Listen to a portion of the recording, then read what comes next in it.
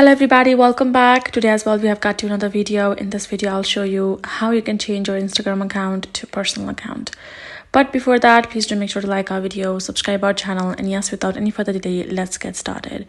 So my particular phone, I'm gonna open up my Instagram right over here, and my account is a professional account.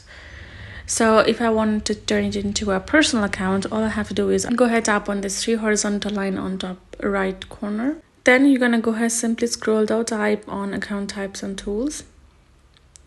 Tap on account type. Tap on the switch account type, which is here in the bottom of this personal, which is highlighted in blue. And then tap on switch to personal account. And again tap on switch to personal account for reconfirmation, and there you go, your account will be personal, and that is it. That's all you can do.